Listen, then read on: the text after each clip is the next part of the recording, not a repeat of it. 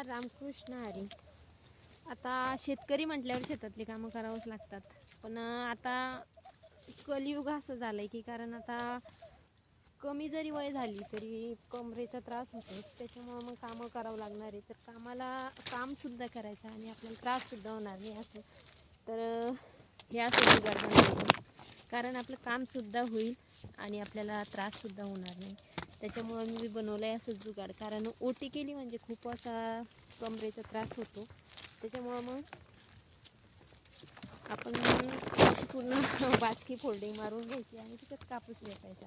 आपण असं सुद्धा म्हणजे कामसुद्धा बुडणार नाही आणि आपल्याला त्राससुद्धा होणार नाही. तर असं जुगाड केल्याने आम्ही तर असं जुगाड बनवलं आहे. तुम्ही कसं करता ते पण कमेंट करून कळवा. आणि कापूस कसा खूप पांढरा शुभ्र झाला आहे.